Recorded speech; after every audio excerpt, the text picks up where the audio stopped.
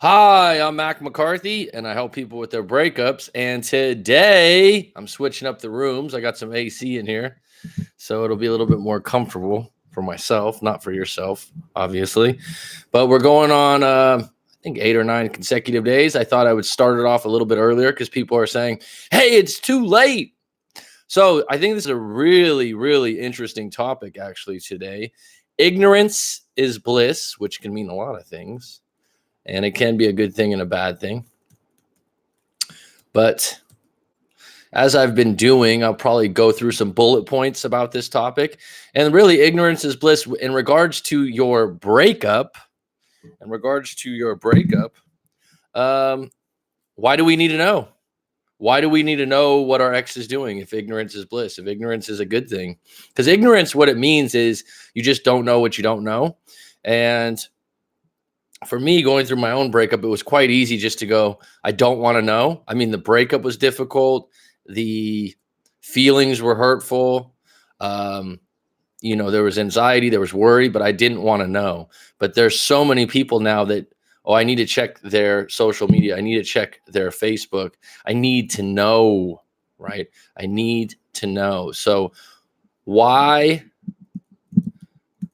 do we need to know what our ex is up to? Maybe the question. So if you've experienced this or not experienced it, please let me know. And you could also probably let us know the pitfalls of wanting to know this. So this is early. Okay, good. Well, this benefits you because SoCal. So what time is it over there, Judy Jack? Just out of curiosity, I think 9. It's 9:20 a.m. for me. That'll be about 7:30 p.m. What's up, Robert? Good to see you, bud. Flauda. Okay, so I'm just going to go through this really quick. If you guys want to mention some things on the topic, why do you need to know what your ex is up to?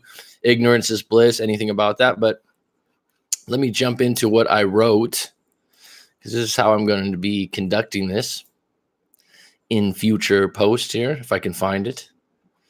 It's actually on my desktop. And then I'll do a follow-up video that's just on the topic. So if you like this topic, there'll be a more detailed video in the future. So ignorance is bliss. Ignorance is bliss. Let me ask you this. Is that true? Is being ignorant blissful? Do you agree with that statement, or is it a bit broad? For me, it's a bit broad. Ignorance is bliss. Do you really want to know what your ex is doing? Do you really want to know what your ex is doing? That's the question. Why do we need to know what our ex is up to? So I looked up the definition, even though I already know what ignorance means.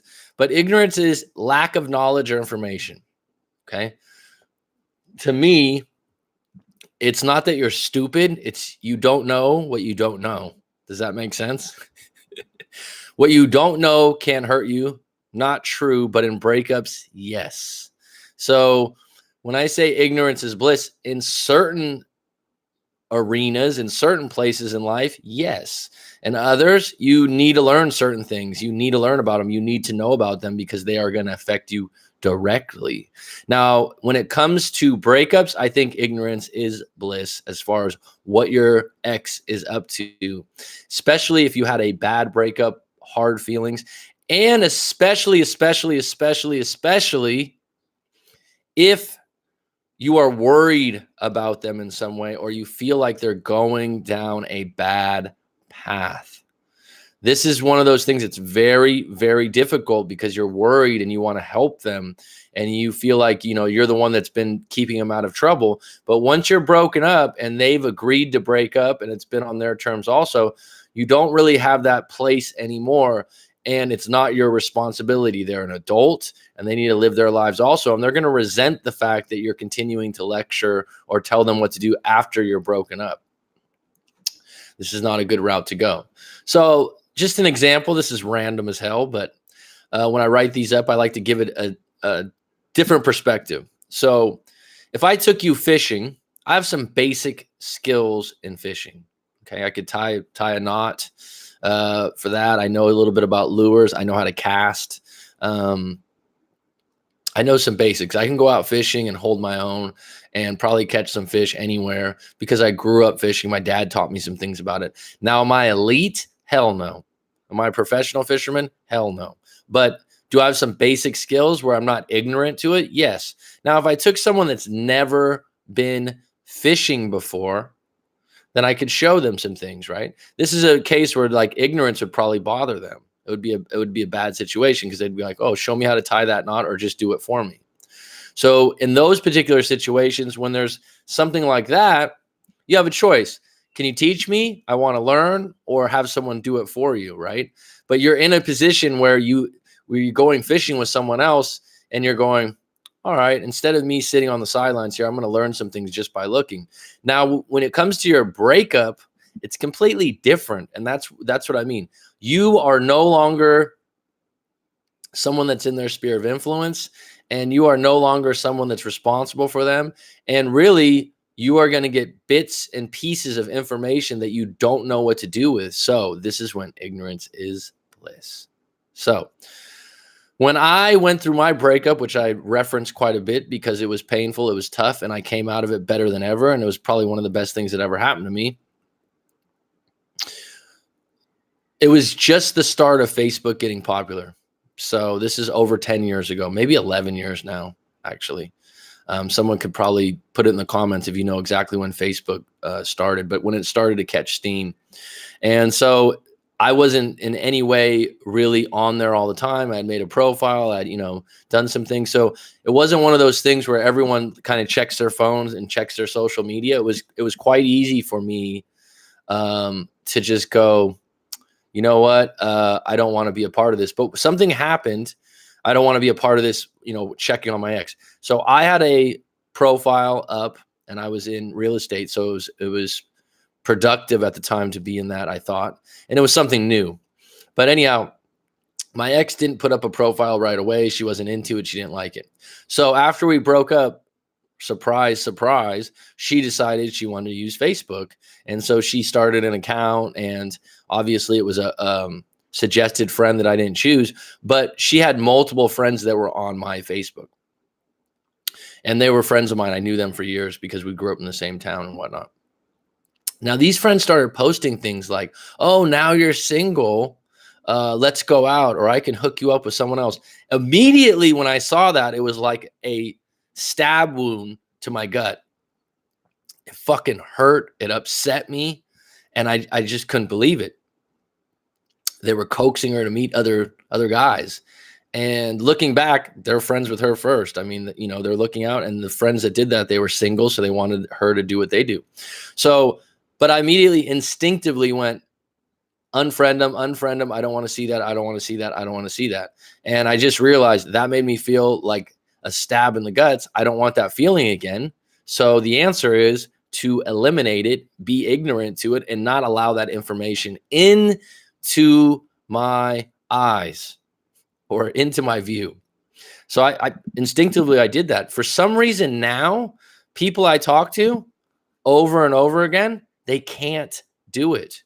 They have all these excuses of why they can't unfriend your ex, let alone your ex's friends. Anyone that's connected to your ex through social media and might give you some kind of information that isn't useful for you moving forward, could be hurtful.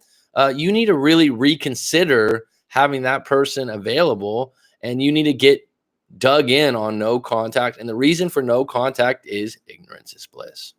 So I'm going to number through these things right here.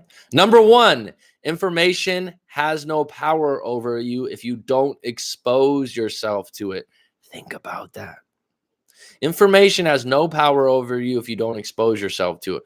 In this day and age, everyone has so much information at their fingertips. When I was a kid, I used to have to go to the library to actually research things.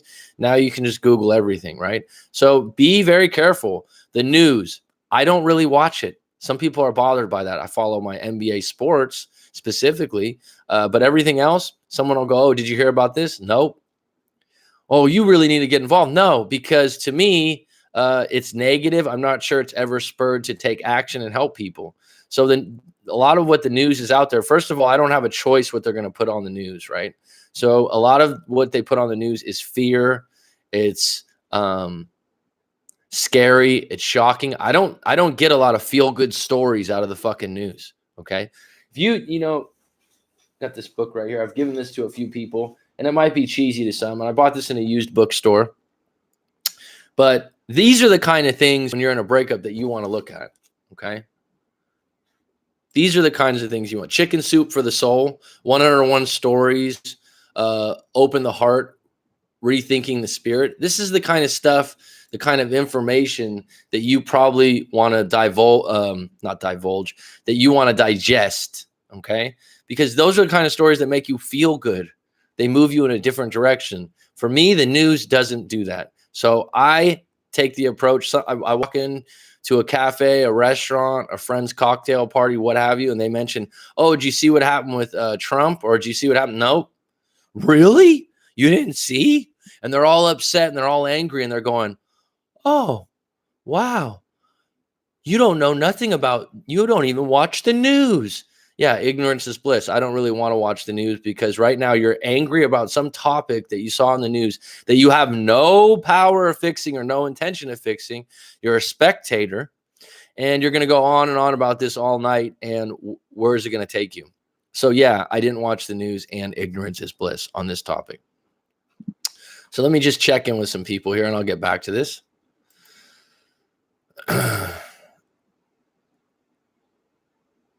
So, oh, wow, this is early in SoCal. I'm clocking in. Right now it's 7:23, but usually it's much closer, which I like those late night talks. Okay, so it's good for you. I think people want to not ignore and worry because they continue to want a connection even though there has been a breakup. Okay, well put, Robert.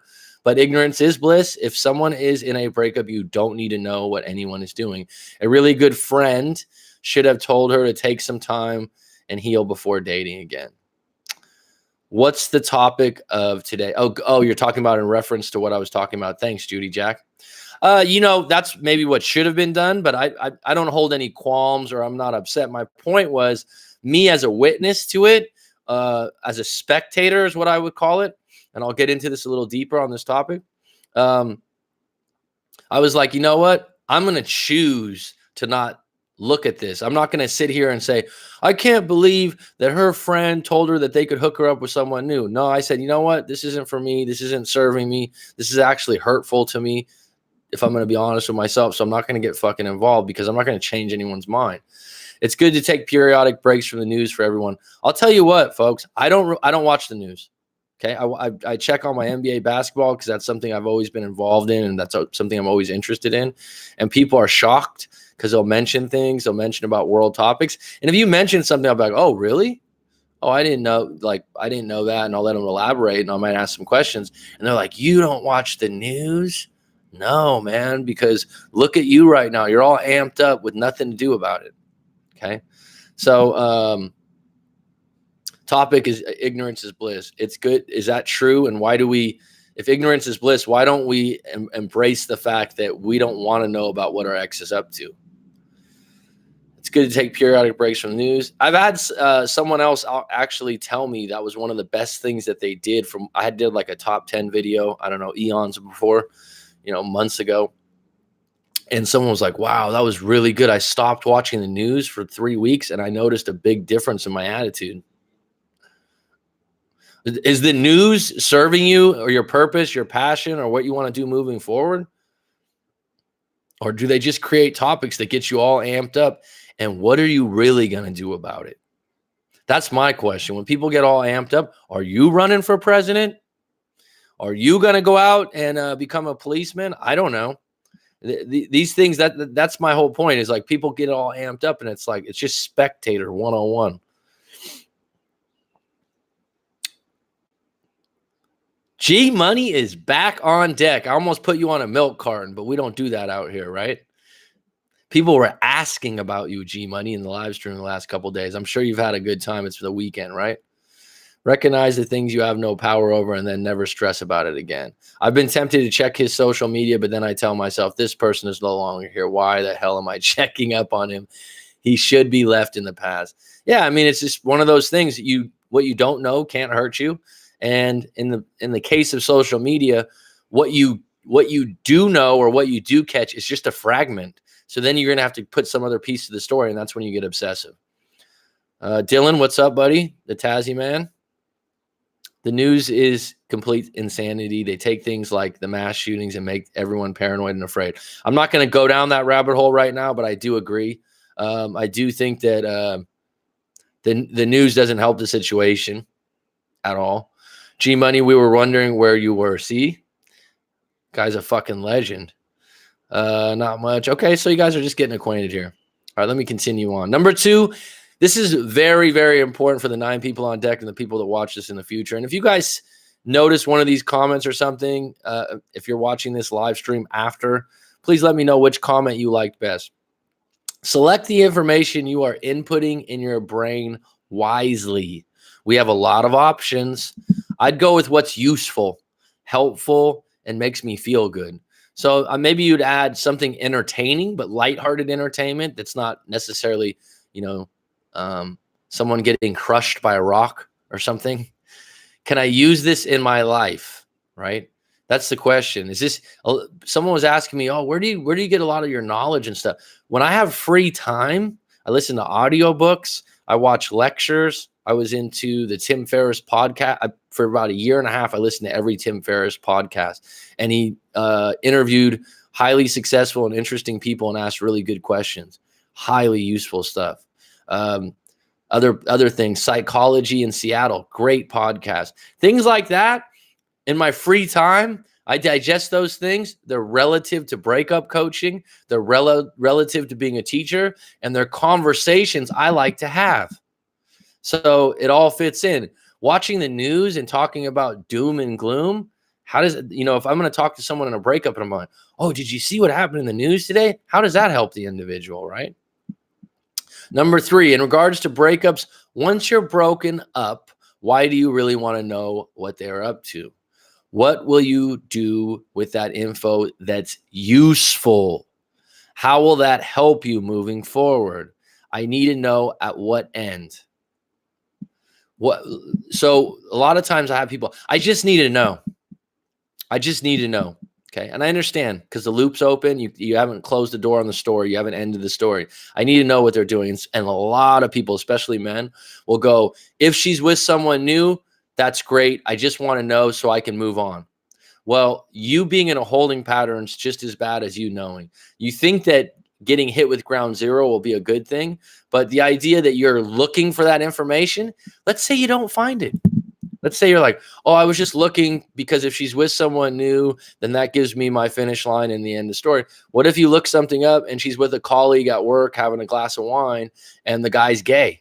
And you go, oh my God, she's seeing someone and she's been seeing this guy for a year. Like you put some big fucking story to it. That's my point. The more you dig, the more you play detective, the more you play another stakeout, Emilio Estevez, the more you do these kinds of things, you're just taking yourself farther and farther away from moving forward, moving on. And that's when you're most attractive and at your best. So information is bliss or ignorance is bliss. That's the question. Too much information is not bliss. And I think that's what people believe. Number 4, all information that's passed on by second hand. This is huge. How many times do I have people say, my friend's friend told me that she did this? That's third-hand information. You know how many times the story gets switched up? People do not tell the same stories that they got told to them. If I tell G Money a story, G Money tells his friend a story, Monica hears the story, it's all going to be different.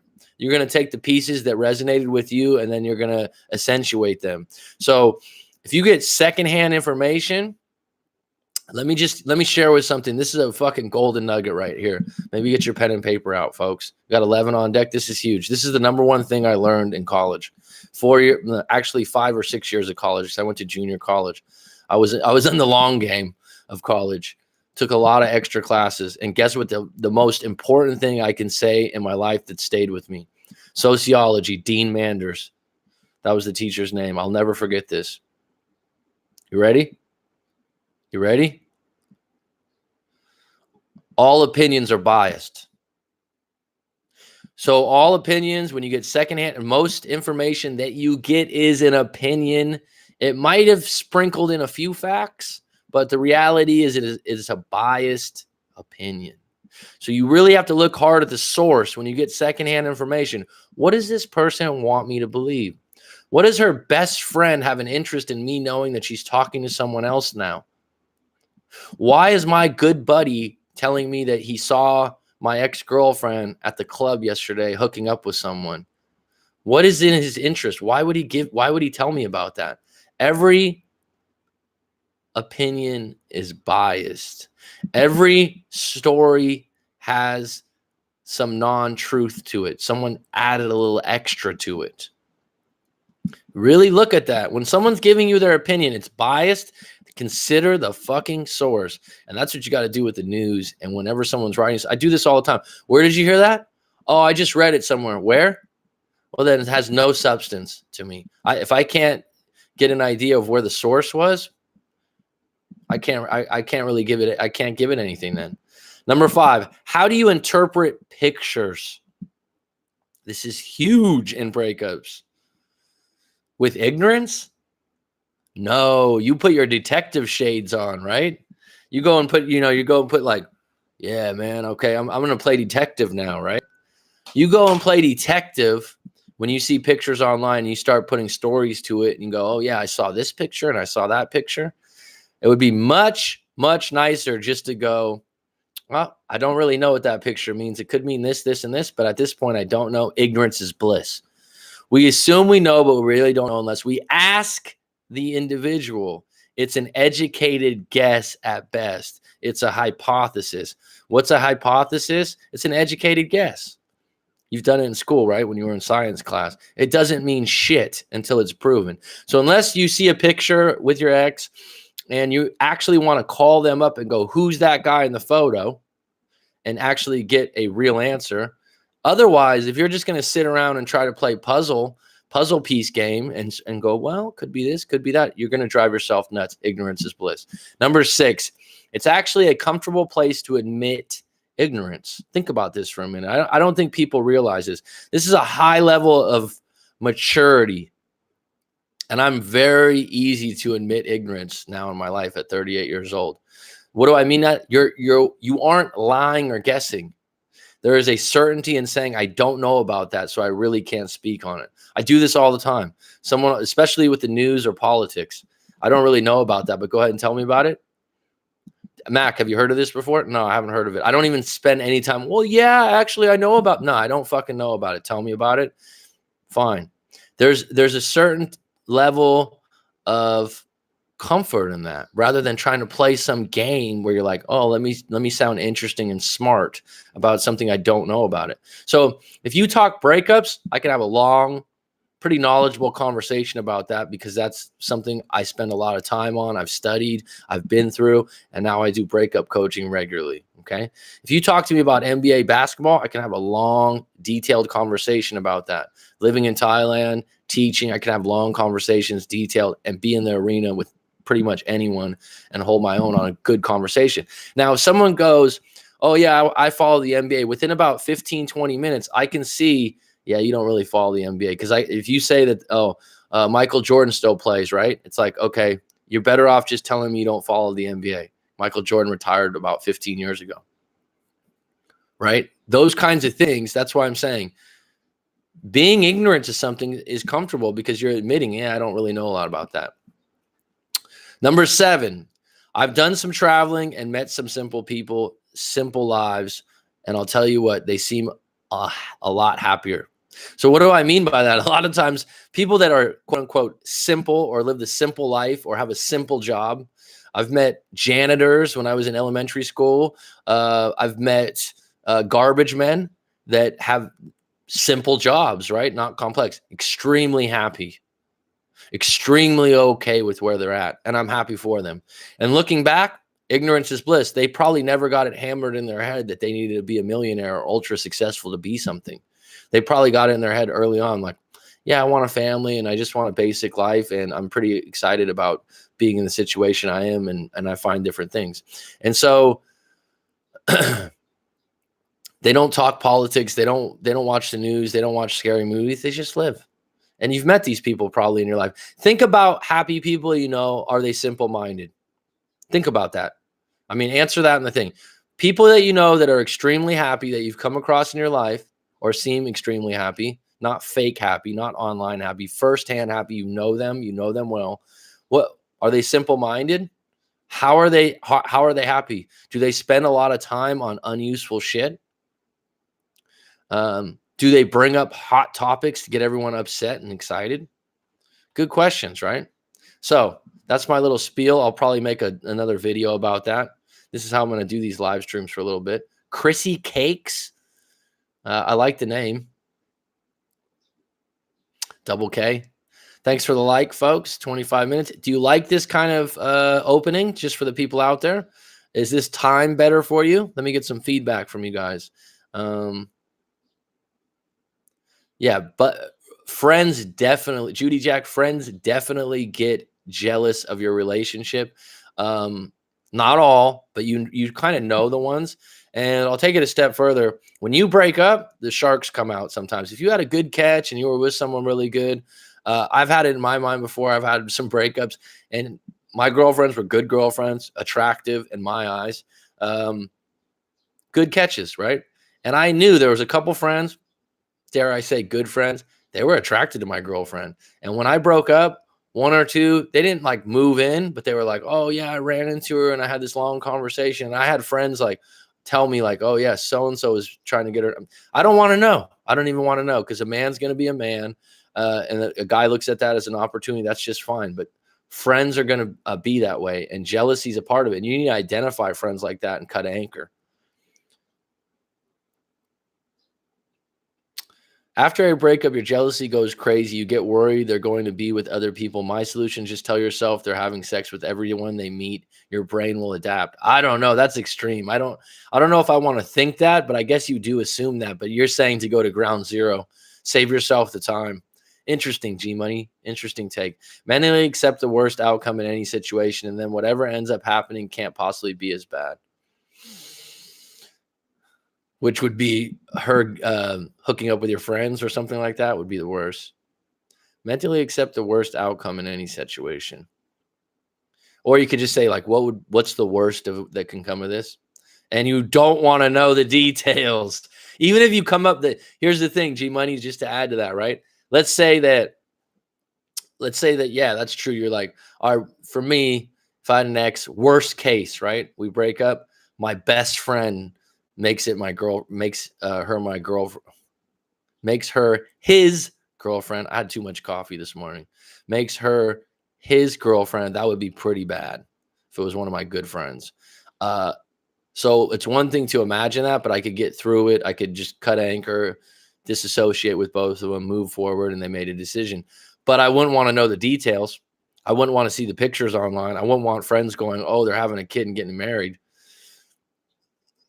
Ignorance is bliss in breakups. After I ignored Mr. Friction, how you doing, bud? After I ignored the deceased, the friend contacted me telling me, why am I ignoring her? And I simply said it was good while it lasted, and now I moved on after I got off. Well, that's a good way to respond, EG. Yes, better time. Okay, Monica, I'll keep that in mind. I'm going to make an effort because a lot of people are saying that it's a tough time for them. The timing of the live stream is perfect for me. This is about an hour earlier. I might even do an hour earlier than that. My dream, simple job would be either working at the gift shop at the airport. That's so random. You like meeting people, huh?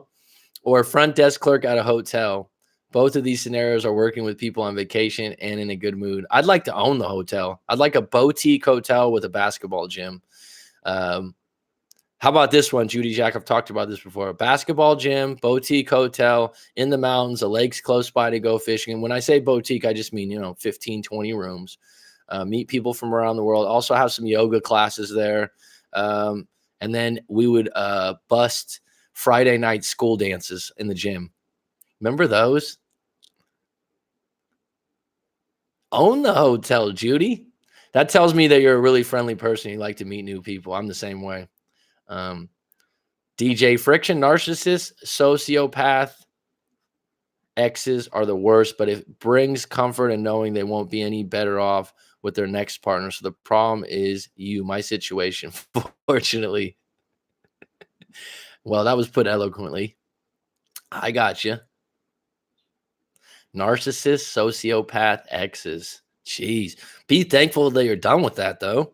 That's the ones. That's the other side of it. I mean, watching people like that, that's interesting, Friction, because watching people like that from afar in some sick way can be entertaining because they're doing so many bad or wrong things.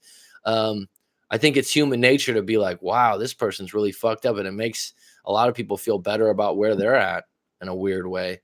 It brings comfort in knowing they won't be any better off, like what you said. It's like, why are we attracted to, and maybe not all of us are, and I don't go looking for it, but gossip. Why are we attracted to human gossip? Like, do they still have the Inquirer? I'm not sure because that's not in my local supermarket, but the Inquirer and the Globe, and I had all these, what do you call that? Tabloids, right? Paparazzi, all these kinds of things. Why are we attracted to that? Why do people buy into that? Because the famous people that are having bad shit happen to them, deep down your side, you're like, oh, cool, you're fucking human. You're just not rich and famous and get a bunch of women. It's like, oh, you got bad shit happening to you too. It makes you feel comfortable, I think. Keeping tabs on your ex is like picking a scab that is trying to heal. Leave the Band-Aid on, no contact on.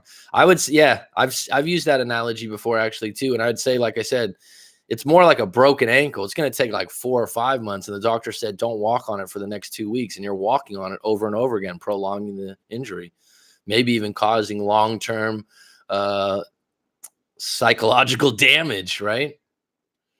Okay, Mac, when you own the hotel, hire me. I will, Judy Jack. I will. Maybe we can get something in SoCal. When I get to a point, though, that's one of my things. I think that would be fun as hell. I would love to do something like that. So it's like living where I live now. It's people are always on vacation. One of the reasons sometimes I'm late to my appointments for these live streams is I run into someone, I just start talking.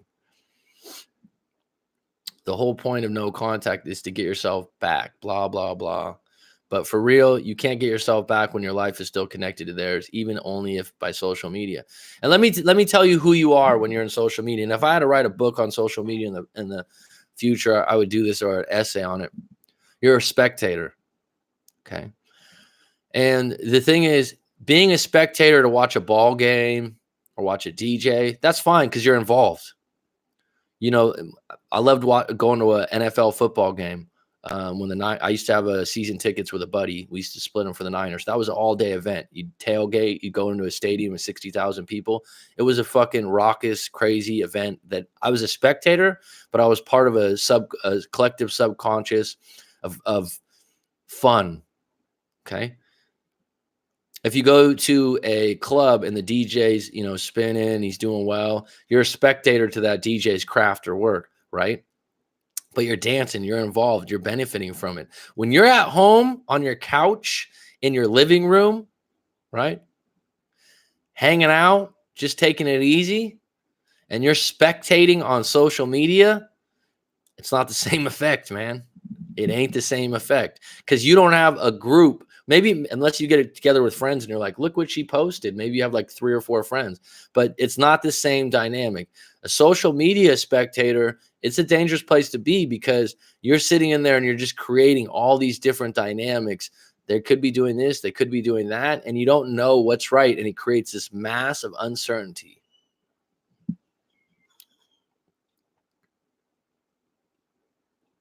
The whole point of no contact is to get yourself back. Thanks, G Money. I like gossip because I like having as much information about people as possible, the way I know how to deal with them correctly. Okay. I mean, we're all guilty of it, myself included, okay? I'm more cognizant of it now. But my point was, why are we attracted to it? You're saying it's useful, G Money, which is interesting, and can be in a workplace. But one of the things is like when people get into like, let me give you this one. What are they called? The Kardashians. right? Someone has all this information on them, like, geez, really? Really? And they'll tell, oh, they did this, they did that. How is that fucking useful? I guess it's just entertaining to see how messed up rich people can be, because we think being rich would be so fucking outstanding. And then you see people fuck it up so badly that you're like, you know, about the whole no contact. Even though it's my dream job to be a singer, if it doesn't work out, I might be a dancer. Well, that's a good side one. Get to work, Dylan. Start a YouTube channel and start singing, start shipping. The music industry has changed, and I'm not a part of it, but I'll just tell you this. The difference is you don't get discovered by someone and they, you know, give you an agent and all this other stuff. You need to create your own audience.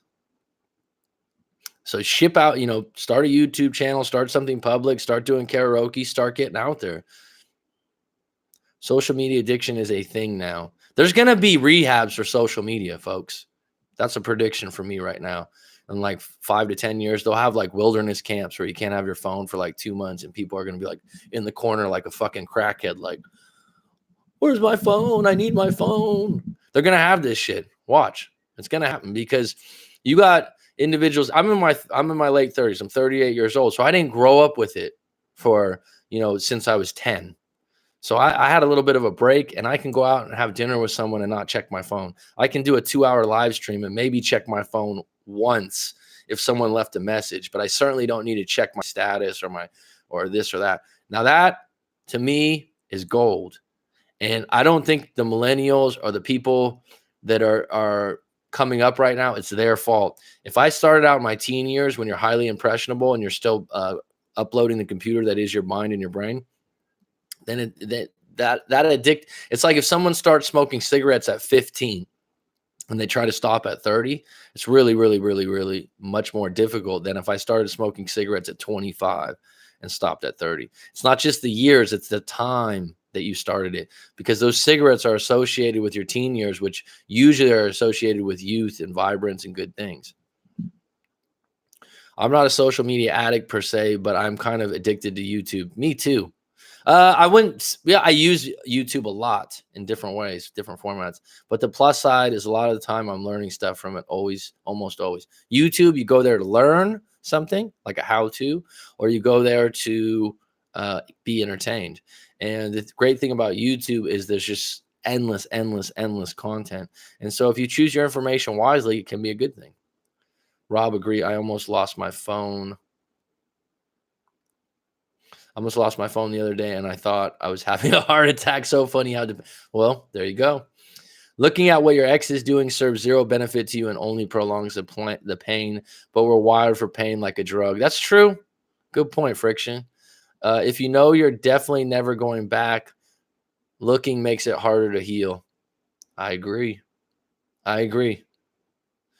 G Money, it's okay to be addicted to Mac. I blocked up my ex on social media everywhere, and then I noticed her friends started stalking my. I'm sorry, let me read that again. I blocked my ex social media everywhere, and then I noticed her friends started stalking my Instagram and watching my stories. Well, you can't control that, and you know, if you're able to put on some blinders, take it as a compliment and keep moving forward, right? I'm sure that's possible.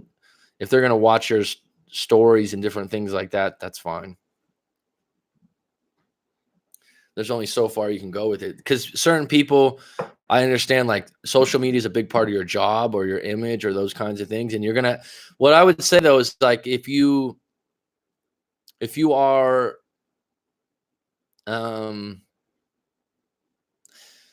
if you're against a brick wall, or you're like, oh, I just can't stop social media, or I can't defriend them, you need to ask yourself a question. How can I make this simple? How can I find a creative way, do a mind map, and actually write out a journal on different answers? And you always will surprise yourself. You'll surprise yourself, and you'll be like, oh shit, actually there is a way to do this. Actually, there is a answer to this. Tim Ferriss talks about that. Ask yourself, what's the simplest way to do this? Got to put on the glasses. My eyes are starting to bother me a little bit. Chrissy Cakes, are you still in the stream? Rob, you just like the name, or you saw the picture? There's a connection between people who lack drama in their own lives yet go searching for it online or through the Kardashians. That's a good fucking point. That's a really good point. The book Tribe by Sebastian Junger makes really good points about how society is now. And I agree. I think that society in a lot of places is so comfortable that humans look for drama. And then I'll take it a step further. If you grew up with a lot of drama in your house or you've had dramatic relationships, you'll recreate that because it feels natural. I've had people go, I don't even know why she's so drama and she's so this and she's so that. What was her past relationship? Oh, high levels of drama. Well, that's the playbook she knows. It's uncomfortable to be in a comfortable situation. With someone that's been in relationships, for example, where someone's jealous or someone's breaking up again and again, they'll create that situation again in a new relationship because they believe that's how relationships are. It's just like when someone goes, oh, whenever we make up, we have great sex, or whenever we make up, so they create fights for that reason. I worked in the music business for a while on the tech side of things. Okay. Music business has changed a lot. I just met a guy a few days ago that said he worked with Jimmy Cliff. I was like, Jimmy Cliff's still around? Jimmy Cliff's a fucking legend. Man, he said he's like in his mid-70s. I mean, we all talk about Bob Marley, who is the legend, but Jimmy Cliff is pretty up there, man. And when he mentioned it, I'm like, I almost forgot about his music. You know how what's really funny about music is like you go through stages where you listen to someone for a long time, and then you kind of forget about them. And I'm like reggae. I've always liked reggae, but Jimmy Cliff's is fucking legend, man. He's a great, great singer. I've thought about it, G Money, the social media rehab. They're gonna have them, dude. They're gonna have them. I already have a friend that does rehabs for other things, and they could use the same kind of rehab, like a wilderness camp, basically where you go in the wild for 2 weeks or 3 weeks and live off the land and just kind of get reacquainted. But you look at these stars and these actors that are all like, oh, I went to this. I think Mike Posner. Have you guys seen Mike Posner? He took like a 360. Sometimes I hear him talk and he almost sounds goofy. He's all looped. He's like, yeah. Oh, yeah. I went into a cabin for 2 weeks with no phone and no computer. And I just started thinking, is anyone going to come find me?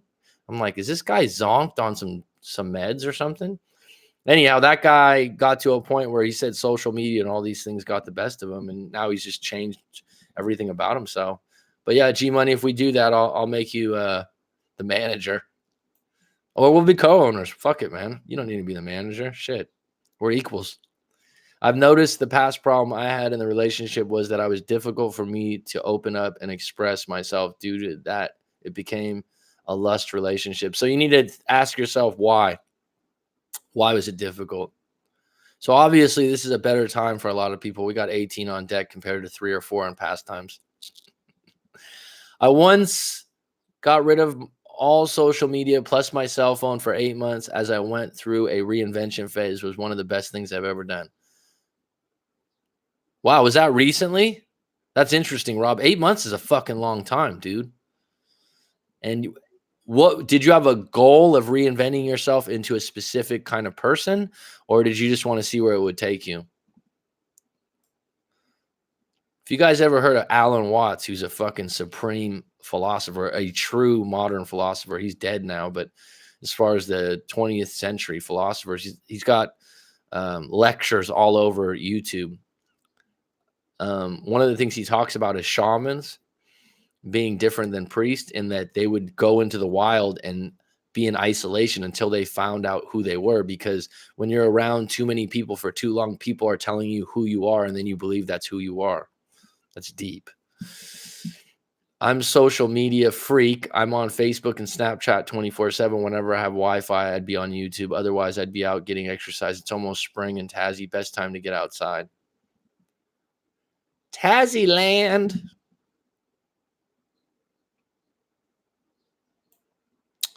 I didn't had a phone over a year. Now I'm simply don't care about social media. Okay. I think social media is going to have a run where it's going to be negative.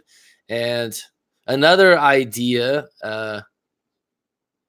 Another idea I thought of is just having a social media thing that the platform is different. It's not so big. It's more niche or niche, as international people would say niche. America, I think we say niche, but niche. I have an idea for that also, G Money. I don't know if anyone's heard of Dunbar's Law. This is quite interesting. I think Rob IS might be interested. Political science major, right? G Money too, history major like me. Dunbar's Law says that you can only know and interact with 150 people. So that this idea that you have like 1,000 friends or 3,000 friends, you can actually on a real level as a tribe, as in humans. So companies actually follow this sometimes in warehouses and different things. And so if I had a social media network, I would say you can only have 150 friends. You can interchange them, but you can only have 150, and you could only make one post a day, just to get rid of all these people that, oh yeah, and then this happened, and this happened, and then this happened. Just it's not that I'm against that, because like I said, sometimes for your job and that's your thing and a lot of things. I'm just saying another platform that had a few rules in place so that if you went to that social media site, you could go, okay, cool. This is what I can expect. And I don't have to have 3,000 friends or 10,000 followers. This is more an interactive thing to socialize and get to know real people. And 150 would be the number to go by. If you want to look up Dunbar's Law, if anyone's interested in that, it's pretty interesting. That's I don't know if that's scientifically based, but it's research based. You must be a ladies' man. I'm not sure if he didn't allow his children to use the iPhones or if they use the phone seldomly. I don't know what that's about. You could block those friends from your Instagram. We can allow that comment friction. Yeah, pretty much. But my ex was psycho. I take social media breaks, need to, when I feel like I'm wasting too much time online. No, because then she'll know I still care. If I block her friends to rather let them see and then relay whatever they see to my ex to pique her curiosity. No, those tech people know exactly what social media does to people. It's not just Steve Jobs that did that with his kids. Isn't that a great song? That's a fucking The Harder They Fall.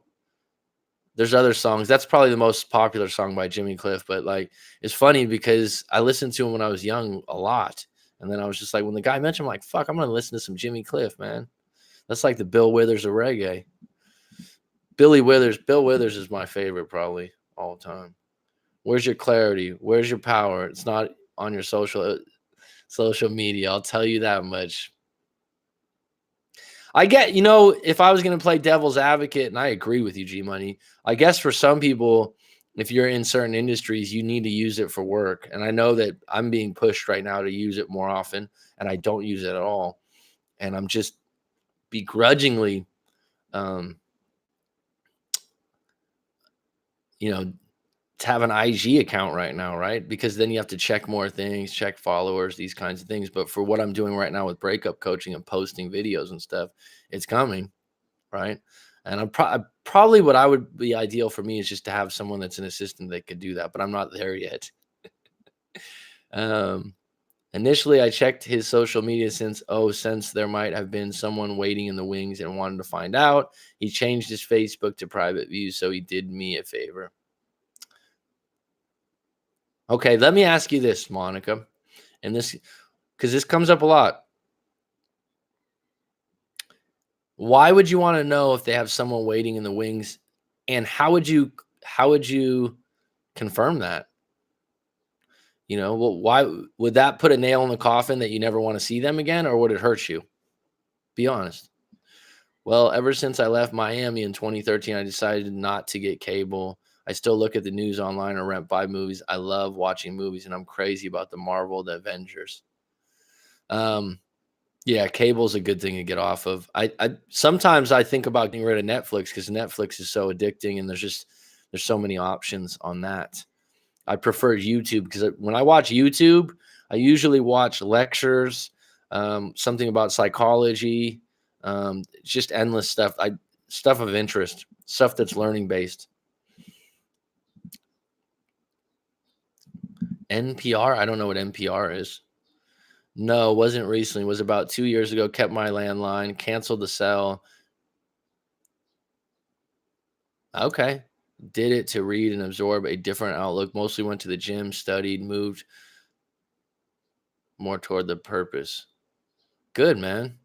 Right on, Rob. I think that for you to just do that on your own did something inspire that, like a movie or something you read, Rob? Just out of curiosity, because sometimes ideas like that are sparked by something. What sparked you doing that? Because I'm interested, because I think that it's a good thing, and I just wonder, yeah, how you made that decision. Have you heard of Bob Dylan, Mac? I was named after him. Fuck yeah, I've heard of Bob Dylan. Am I a huge fan? No, I just wasn't exposed to him very much, but I know who Bob Dylan is. He's a poet, man. He's a poet and a singer, right? Relationships should definitely be quality over quantity. I'll take my 2 friends I've had for 10 years over a bunch of friends I wasn't close with. Yeah, I mean, you know, how long you've been friends says a lot. Absolutely. I'll take 2 friends I've had 10 years. Yeah, I mean, friends right now, especially on a social media level, they're not really your friends. You can maybe even say they're barely acquaintances. Um, a friend is someone you've actually been through some shit with, you trust them, you have a good connection. The only difference between a really good friend and a partner is attraction. I found one of the processes of reinvention was underway. You really real evaluate what's important, how many things people waste their time on. It's true. What's his name?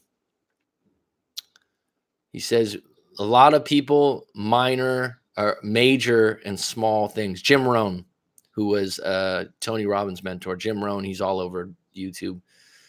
He's a bit of one of those guys that like to be successful and this and that, but a lot of people major in small things. And if I look back at my life, sometimes you're spending time mastering things that aren't very useful or helpful.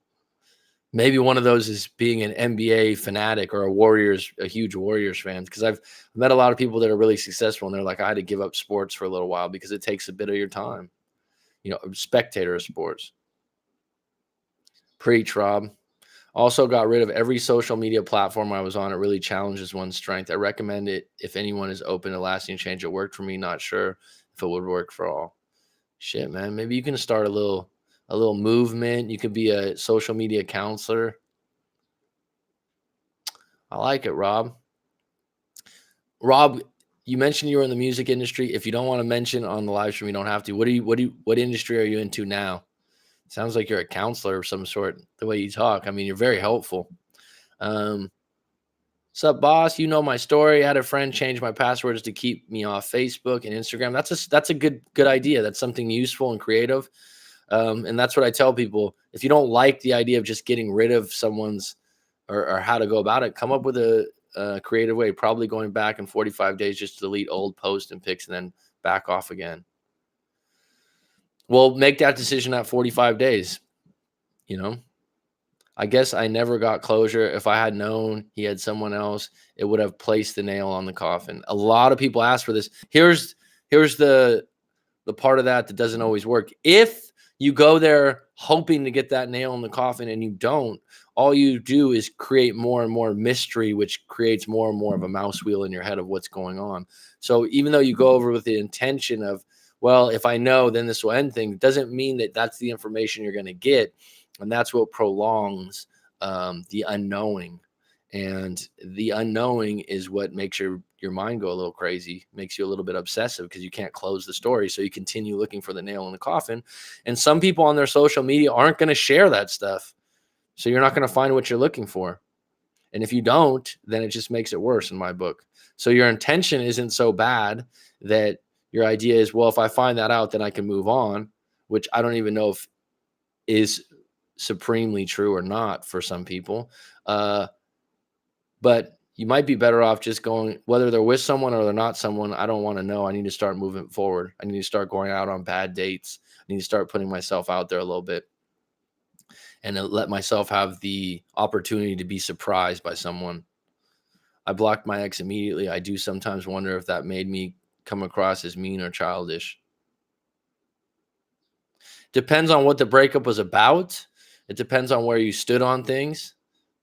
So, but if you were done, in my book, if you're really done and you don't see anything changing for the better, you don't see reconciling anytime soon, then you don't do that out of angst. You do it out of, I don't want to see what you're up to because we're no longer together and I'm trying to get in the black right now. So basically, I can adapt to this. Monarch, I get that. As much as I never want to see my ex again, seeing her with someone else would put the nail in the coffin. You, like you said, comes up a lot. A lot of people say that. I like my cable. It's the feeling of total break from online and phones for a couple hours, couple days a week. Good for you, Judy Jack. Yeah, mostly decided to go down the path after a few books and realizing I was wasting my time on this earth doing some meaningless things.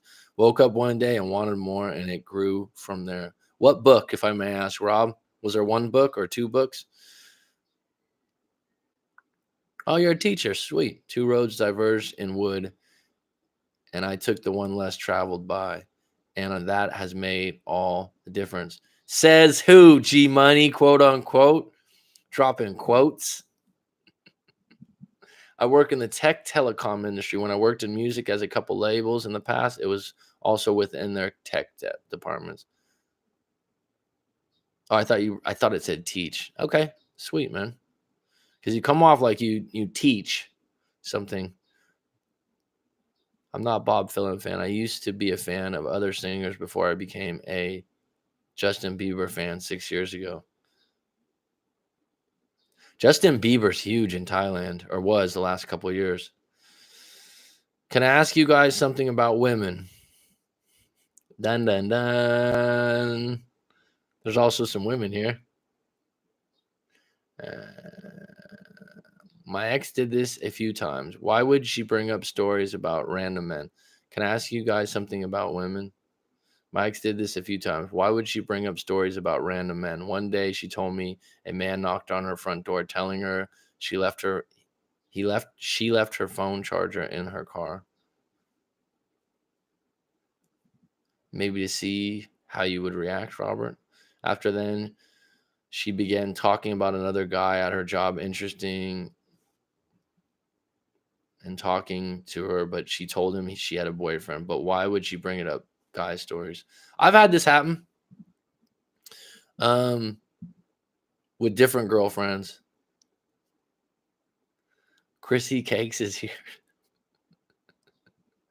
I don't know where you're going with that. That's an inside joke or something. One of my exes told me when we were driving by an apartment complex, that's where my old sugar daddy lives. That's when I knew it wasn't going to work. Yep. That's not a red flag. That's an over flag. That's a game over flag. That's fucking funny. That's funny. You know what? That's so funny because like in your head, you're like, some people would be like, oh, I can't believe she said that. I wonder what she meant by that. Nah, dude, that's called I'm done.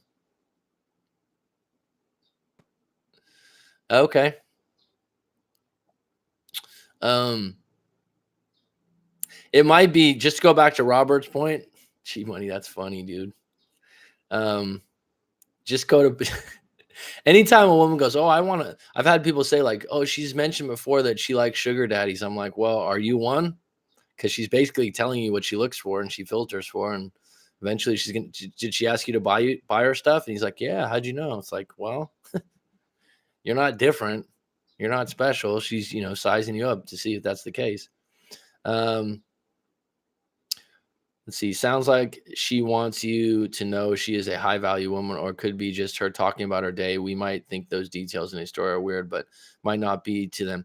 Yeah. I'll tell you what, as a man, so I had an ex where she started a new job and she started getting a lot of attention. I've talked about this in past videos, so it might be redundant for some people, but it really started to get to me. But she worked with a lot of successful men at the new job. And I think at the time she was just talking about her day. She'd be like, "Oh, so and so and me had lunch, and he's such a nice guy." And this, I don't think she was trying to rub it in because we had a really good relationship, and that's not who she was. And she wasn't one of those people that would be trying to brag to me. And we had really good conversations about our days and our personal lives, and we weren't both jealous. So I think that sometimes people can just be sharing their day, or women can be sharing their day. It depends on their personality, which you would know better than I do. But it definitely could be a test. It definitely could be something where they're trying to get your attention or show that they're high value, or some women want to get you jealous. I have had an ex, my first girlfriend, my first serious girlfriend, a long time ago. She would do things to try to get me jealous. And she would even say, like, I can't believe you never get jealous. Of course, sometimes I would. I just, personality wise or whatever, I didn't grow up that way. So if you're talking to someone, so it could be many things, but you'd know better than I do, Robert. But it definitely could be someone just sharing their day. It can be without some kind of hidden agenda. I think it can be innocent and naive, as crazy as that sounds, because ignorance is bliss. So if you were to say, what do you mean? Who is this guy? What is this? And then she might go, I don't know. So it could be a variety of different things. I would need to know more about her character as an individual to kind of tailor a response to that. That is too funny, G Money.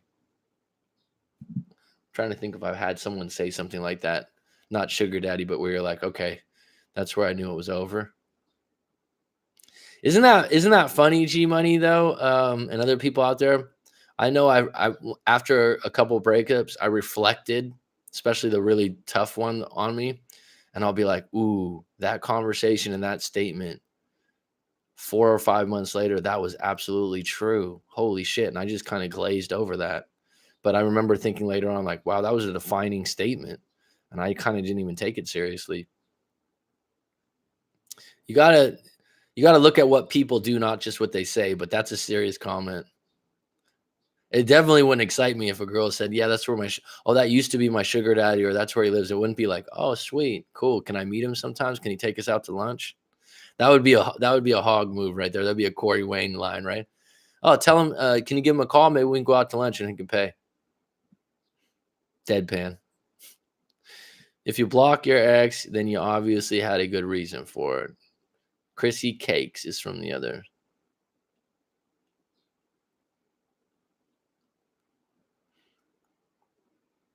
Chrissy Cakes is here. Okay. Like I mentioned before, Chrissy Cakes is from the other live stream I watch.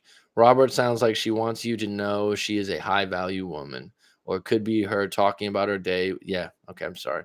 But why would a woman want a reaction from you? What's the point? Does that mean they are ready to leave you? No, not necessarily. Like I said, it could be she's just talking about her day, like she's just going through what happened during the day. And I found, excuse me, past tense. Good thing there's no grammar police out there, because I would be in jail. I've found that women, when they're in a group, I don't know if guys have said this. I don't know if Monica will feel the same way, or Judy Jack, but you guys can chime in. I've noticed that women in a group, like I've had girlfriends or friends that I work with that are women, they like to say, oh, this guy came today and he just wanted my number. They like to talk about when guys fawn over them or are interested in them. It makes them feel good. It's something to talk about, and I've noticed it when it's girl chat time. They'll be like, "Oh yeah, Rick came by the house again yesterday, ha ha ha," and he was so nervous and he's so he's interested. In my experience, these kinds of things make them feel good about themselves. Um, and you know what, guys brag about their interactions and flirtation moments with women, but I don't think it definitely means that she's ready to leave you. No, if that's the answer you're looking for, no, that doesn't convey that automatically. Absolutely not.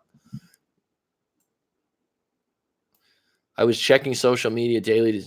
Welcome, Megan Corneal. I've never seen you on the live stream. Welcome. Yin D, as we say in Thailand. I was checking social media daily to see if he was still me. Friend until one day, his mom, and his brother was gone. I was blocked everywhere. I was like ripping a Band-Aid off all over again. If you're checking social media daily to check up on anyone, that's a problem. That means you're becoming a bit obsessive, and you have to admit how do you look at, like, if someone was to let's unpack this in a different way, folks. The 10 people that are on deck here. If you were to drive up to someone's house and hang out in front of their house, right? Just to get a glimpse, to do a fucking stakeout, right? That would be called stalking, and a lot of people would find it extremely creepy, and some people would call the police, right? But you're doing a very similar passive aggressive thing and going to someone's social media constantly, looking for little snippets. And it's not good for you, because the information you'd get in front of their house would be real time, real place. The information you get on social media, I don't know when the picture was taken. There's so many things left out of the dynamic that if you're at a point where you're checking on them daily, take a step back and go, wow, this is out of hand. I'm being a stalker. I'm a social media stalker. Put the negative word to it, because it's the truth. Ex blocked is a good person. I blocked her because I was hurt and I didn't want to have to see her move on. So that's exactly, G Money, we're the same. Just knew it would be better for me in the long run. I agree 100%. I'm convinced that women were made to test men and keep them strong. Women love men, but I think they are constantly testing your defenses, trying to find a crack. This is true, but there can be a test where I'm like, that was cheap. There's, like years ago in the NFL Combine, sorry to bring up sports, but I like sports. You like NFL football, G Money? I don't really watch it that much as I used to. But anyways, my point is, so before the draft, if everyone's familiar with the draft, the San Francisco 49ers had the first overall pick. This is years back. This might not, I'm going somewhere with this, guys, okay? So they had two quarterbacks, Alex Smith and this guy named Aaron Rodgers, who ended up being a fucking legend, right? So the coach of the 49ers goes, all right, we're going to, you interview the guy before the draft. You ask him good questions. You ask him about all kinds of things. They have a Wonderlic test. They have all these things. Well, the coach of the Niners was like, yeah, I'm going to have you guys do these little tests, like fucking hula hoops and jumping through, rope and doing all these like weird little tests. And Aaron Rodgers was kind of like, what the fuck is this? Like kind of had this attitude. So the coach was like, oh God, this guy, in his head, as the story goes, this guy didn't really like to be, coached, because he didn't like the test I was giving. And then I read about the test. They were stupid. They were relative to being a quarterback. So he questioned him. He goes on to be a legendary quarterback. We end up drafting Alex Smith because he followed all the rules and passed the test better, right? But what I'm getting at is Aaron Rodgers, who was the alpha, who was the legend to be, had the juice, the Hugo, as I say, the gusto to be like, you know what? Fuck this, dude. I'm not jumping through this rope or doing these kinds of things. This doesn't have anything to do with being a quarterback. And I'm saying, if you get shit tested by a woman and you're like, and it's some kind of stupid little test or some kind of like little booby trap they're throwing you in, you have every right to go, you know what? I'm not playing that game. I'm not going to be disrespected that way. So if you get shit tested or something like that, sometimes you got to call them out and reverse it and not have to like, oh, I didn't do this. Stop pleading your case and just go, this is ridiculous. That's what Aaron Rodgers did in that case. And I don't know if that's parallel to my point, if you get what I'm saying, but love them with all your health, but also view them as an opponent trying to find your weakness, regardless of what they tell you. That's a fucking great line. Can I copy and paste that? Is that possible? Yeah, I can. Sweet, man. G Money, that's the first time I've ever done that. I'm going to steal that like an artist. I like that one. Shit, that's going in the book, bro. Do you want to be referenced as G Money or James Kavanaugh? In the book introductions, I'll be mentioning everyone in the live stream. Love women with all your heart, but also view them as an opponent trying to find your weakness, regardless of what they tell you. Fucking clean line. Take that to the podium and drop the mic, G Money. Women can be pretty manipulative. That might be an understatement. But when someone's manipulating, you have a role in the manipulation. If you consider yourself street smart or smart enough to know what's going on, you got to catch yourself and go, wait a minute. I'm not fucking playing this game. Have you ever had, it's like peer pressure when you were a teenager. It's like the people I look back at when I was a teenager that were able to just go, yeah, that's a stupid idea to steal hubcaps, you know, or do something like that. Like I had a close friend get in trouble for stealing radios. Who even does that anymore? They were stealing radios from a car when we were like in high school, but they got peer pressured, right? It's the same thing when you're in a relationship and someone's doing these quote unquote shit tests, and you're just like, yeah, I'm not going to play that game. I'm not even going to enter that arena. But that sucks. If a woman knows that you have your own weakness, why wouldn't they just stay and work through their problem? Well, you need to identify what's your weakness and work on it as an individual. So instead of sitting back and waiting to react to what she says, Robert, you need to identify that's been a problem for me over the years. How can I go on offense? Do you know what I mean? But how can I create a situation where I'm not a victim here? Oh, every time she mentions these other guys, how can I go about this or just not accept it?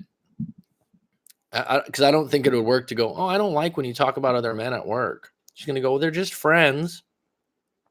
One of the books was, oh, I've read that. Rob, I had that on audiobook. Is Get Out of Your Head and Into Your Life. That's done by a Scottish guy, right? He's Scottish or Irish. He's got a really thick accent. You like another book that I could pull it up on my Audible library. Audible's so fucking cool, dude. If I had to sponsor one thing, it would be Audible. Audible's changed my my life. You like that other book too. I know that one. I've heard the audiobook. Monica, I don't blame them for that. Men are manipulative too, just physically. Women had to figure out how to get ahead in a different way. Women can be annoying these days. When I left my ex, I was going to ask someone out in grade 10, but she started acting like a brat. Nearly all girls did. Skinner, Macadelic. I love that name, by the way. And I've, over the years, people have said different nicknames for Mac because it's an easy one to mess. Macaroni. My sister used to always call me that as a kid. Macaroni. She used to call me Roni. It used to be a Bobby Brown song called Roni. She used to always tease me about that. That's some old music when Bobby Brown was on cassette. Robert, I hope this is true, but I believe that a woman that really loves you will stay and work on your problems with you. It just can't be them pulling all the weight. Yeah, they got to meet you halfway, Robert. I lost track of time and came late. What did I miss? Well, the thing is, to your credit, Mr. Skinner, Chi-Town's finest, Zach Levine's biggest fan. I started an hour earlier today, and it's actually worked better for a lot of people. So I'm going to make an effort. I might even start 2 hours earlier. Judy Jack was the only one that prefers a late start. I think a lot of people are sending me messages saying that they would like a different time frame. I might even try at night. But these are fun, and I'm having a good time, and I think it's helping people real time, and people appreciate that. So I'm going to keep it up, folks. Thanks for the support. Because we've had some live streams where there's 3 or 4 people, but we've carried a good conversation. So I'll keep going through. Persistency and consistency. Robert, I hope this is true, but okay. The original part of the thing, Skinner, was ignorance is bliss. Why do we keep wanting to know what our ex is up to? So I did basically what I'm doing in the live streams now is I'll do 10 to 20 minutes and go point by point on the topic, and then we can kind of talk about that topic, or like we usually do, get into other stuff, which is what we're doing now, right? True, Judy Jack.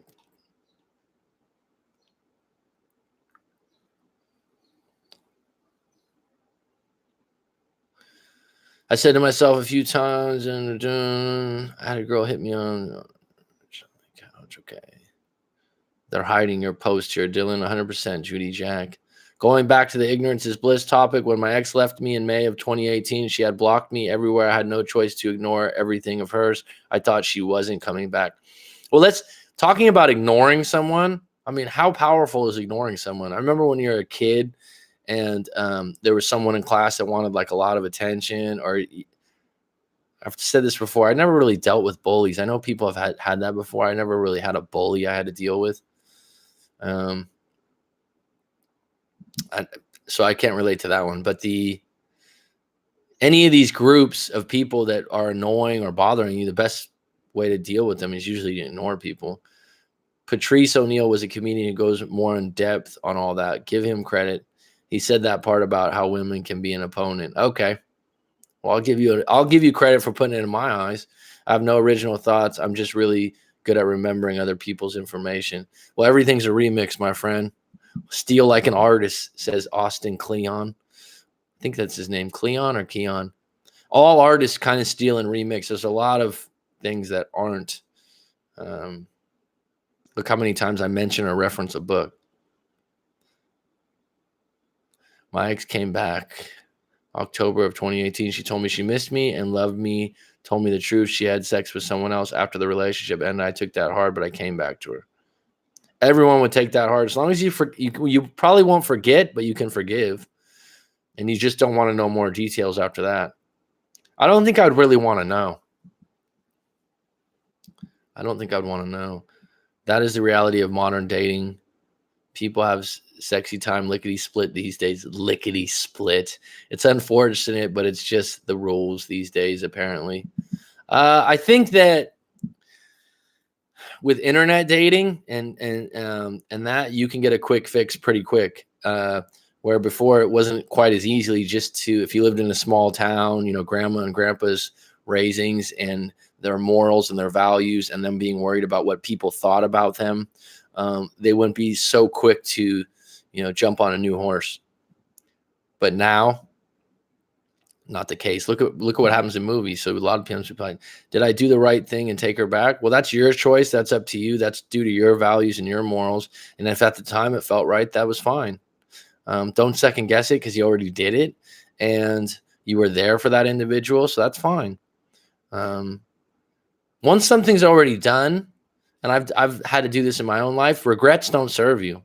You got to be able to reframe those into something that's useful, helpful, a lesson, a moment. I'm sure that even if it didn't work out, you taking her back in May, you still had some really good moments together. You led with good intentions. To forgive someone is a valuable thing. Who knows? We can't tell you that. That's exactly. Everyone has things they can handle and can't handle. We need an accumulative book list that we can access on your site. Okay. Noted, Judy Jack. Yeah, funny thing is, he never posted. I checked, I think, to understand how he... Funny thing is, he never posted. I checked, I think, to understand how he felt about me. I figured if I wasn't unfriended, he didn't harbor bitterness. We are extremely close, engaged since October. Well, that is extremely close.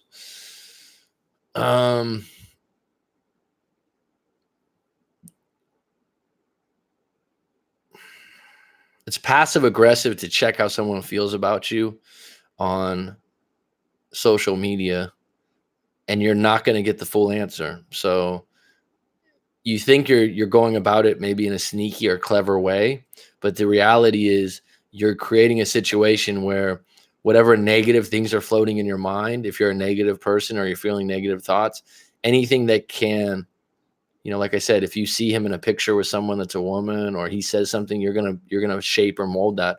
But in reality, until you get it from the horse's mouth, you don't know. On Kyle's side, he has a page dedicated to relevant books. Have you seen it? Yes, I've seen his site. I've seen the books, and a lot of the books I agree with. I'm going to be working on redoing my website. That's something that's in the works, something that's obviously not a specialty of mine. But over this last week and doing the live streams regularly, I've seen a bump in subscribers and interaction, so to say. So just being consistent is a big thing. And I've made a commitment. I made some changes, and I'll share how I came about those with you, because being a teacher, I knew this already, but being a coach and talking to you guys regularly and giving advice makes me accountable to be a better person and do some of these things that I recommend to you guys. You got to walk the walk, man. Book club with Coach Mac. I certainly have a lot of books that I reference, and I even surprised myself, because it wasn't until the last 2 or 3 years that I would always buy a book, but I wouldn't read it all the way, right? And then just the last, maybe 3 or 4 years, I got really deep into them and really started to appreciate them. And then Audible just took it to another level. Basically, anytime I had to drive, go to the airport, anything like that. And I think if you drive and listen to Audible or anything educational, that sticks to your subconscious so much stronger because you're in a trance state when you drive. So, or if you listen, there was about a year where before I went to bed, I was just listening to an audiobook, and that's also, I'd fall asleep with it on, and that's how you remember the book. Milton Erickson talks about this because it has to do with your brain waves.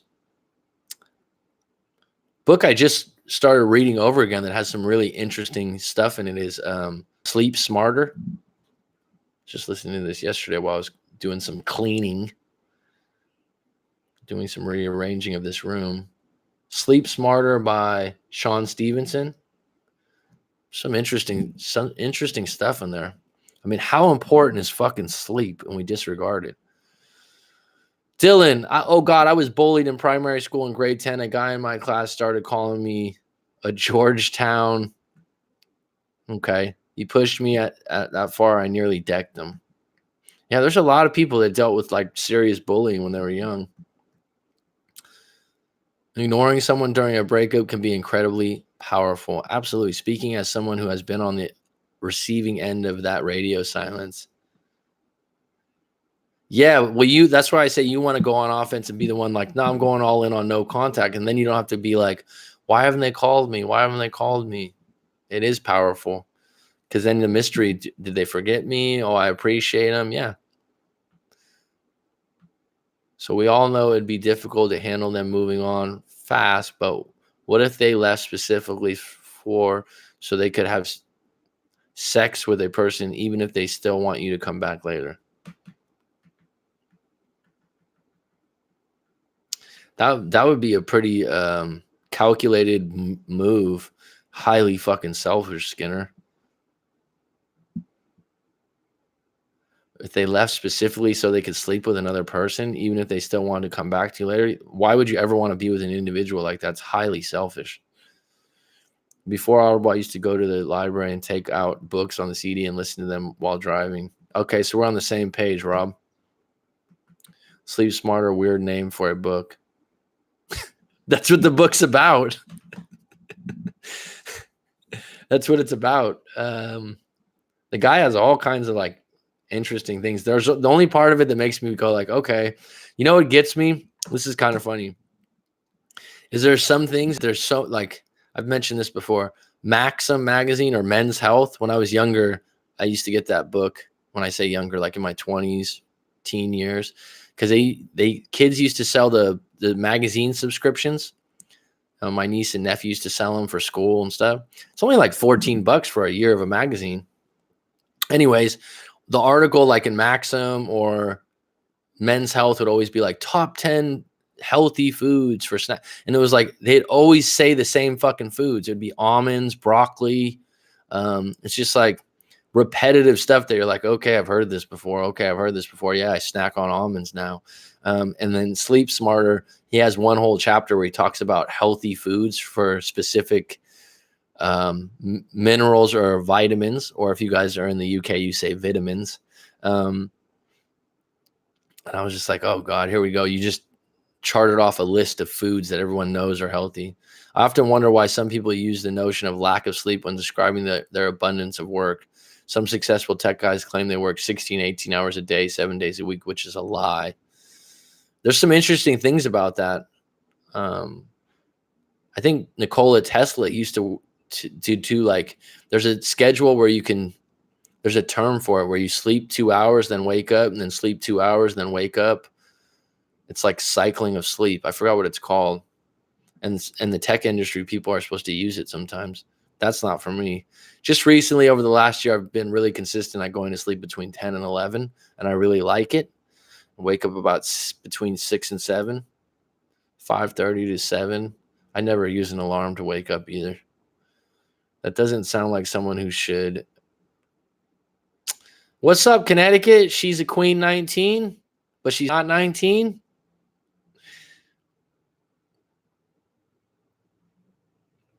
That doesn't sound like someone who should be in a relationship with anybody at the moment. You dodged a bullet. Absolutely, G Money.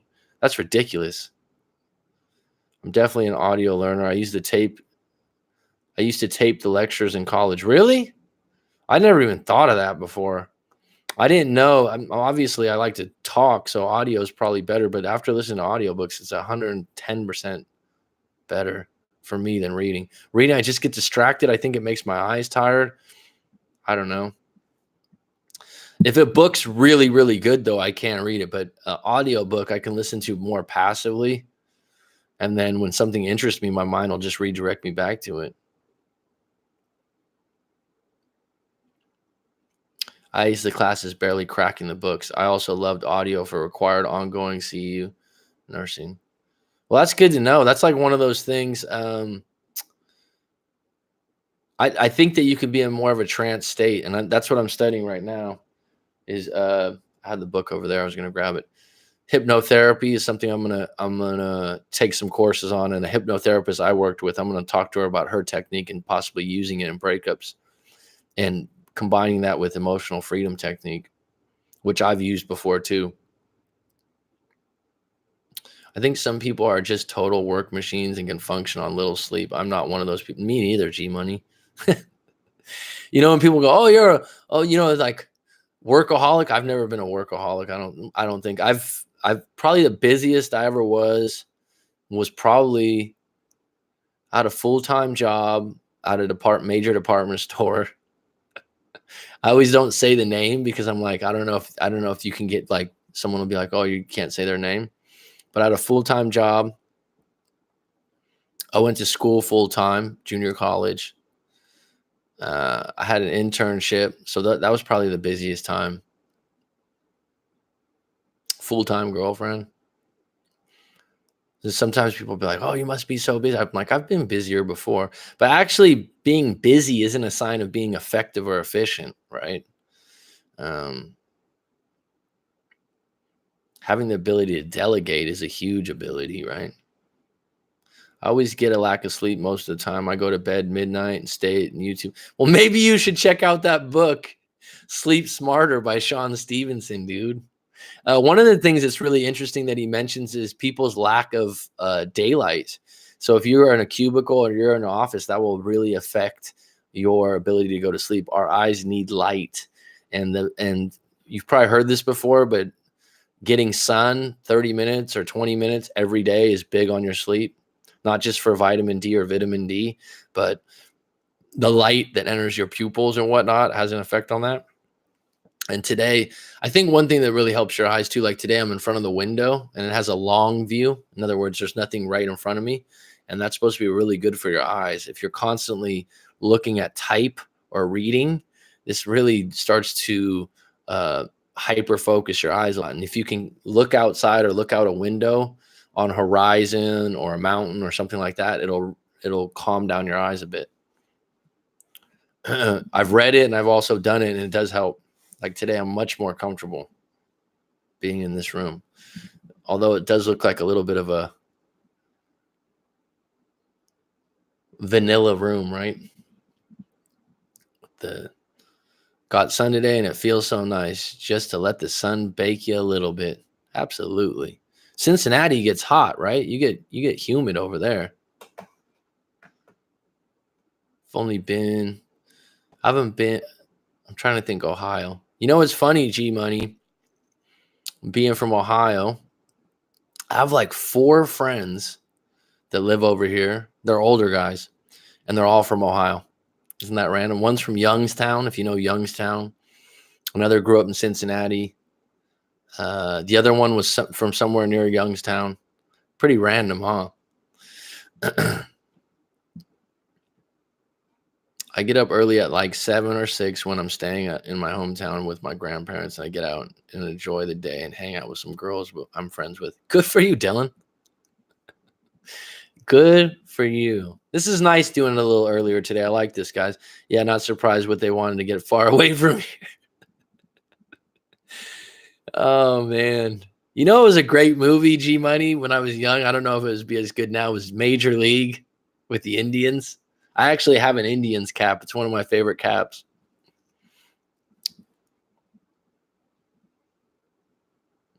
Ohio has like a group of mounds there that's supposed to be associated with something from a long time ago. Graham Hancock, who just wrote a book about North America, says it's one of the most significant archaeological sites. It's like a group of mounds or something. I never knew, and it's in Ohio. Got 3 major cities, right? Cincinnati, Cleveland. No, you don't have Pittsburgh. That's PA.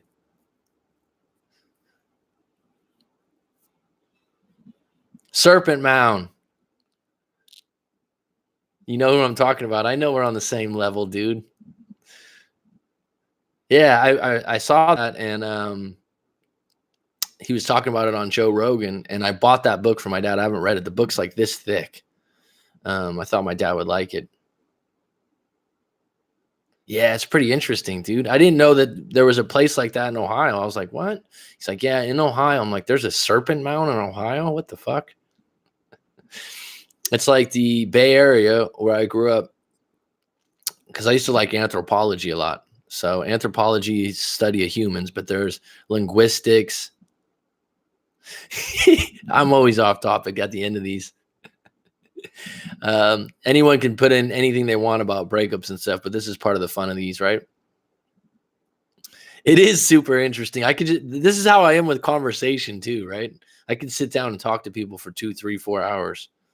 There was someone that just visited, and I did live coaching with him over a year ago, and he was like, I'm going to be in Phuket, man, if we can get lunch. Fuck, we sat and talked for like 4 hours, and he's like, you remember all the calls we had? You remember this? You remember about my mom being this and this and that? And I'm like, yeah, dude. But we went in all different topics. Anyhow, yeah, that's interesting as fuck. Did Graham Hancock, he's done some shaman work. And you know what's funny about Graham Hancock? They're like, oh, you went to the shaman, he did ayahuasca. And they're like, what did the shaman tell you? And he's like, the shaman told me to quit smoking weed. I'm like, fucking Graham Hancock smokes. He's like, yeah, I've smoked weed every day. And the shaman told me that that's what I needed to stop doing, and I was too dependent on it. I'm like, this is random. All right, we're getting off topic here a little bit. So, any closing questions? This has been really good. I think this is a better time for more people. I'm going to take this into account. I'll probably maybe do it maybe even an hour earlier. But today it was 9:30 a.m. for mine. The Dymaxion sleep cycle is tough to get used to. I tried it, but couldn't maintain it in my schedule. That's what I'm talking about. That's the one where you do like 2 hours on and then 1 hour of work, something like that.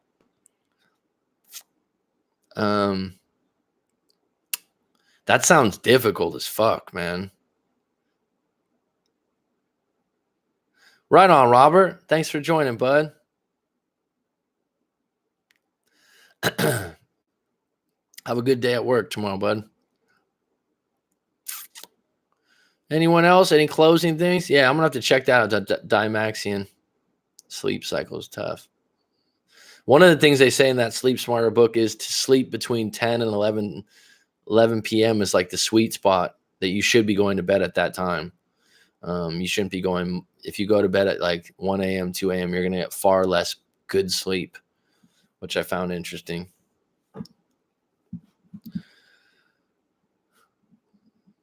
Yeah, tomorrow will not be the same time for the live chat. In fact, there might not be one until later on. I might make a special time later on the evening for the Euros, for the other people around the world, and for the people in Asia, because they just don't even have a chance with this.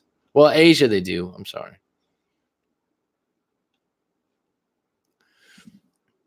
This was a good run today. I really appreciate it, guys.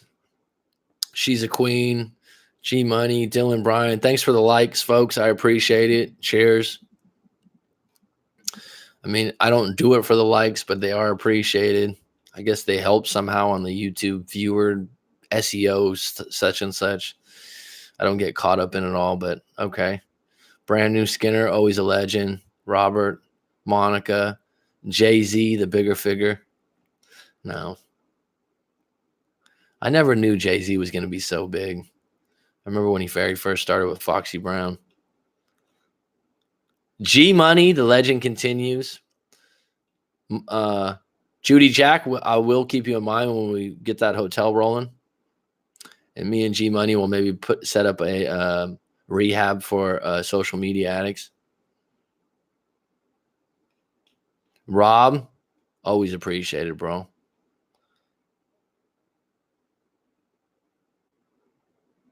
Ride or Die. That was a great song. I'm in your city.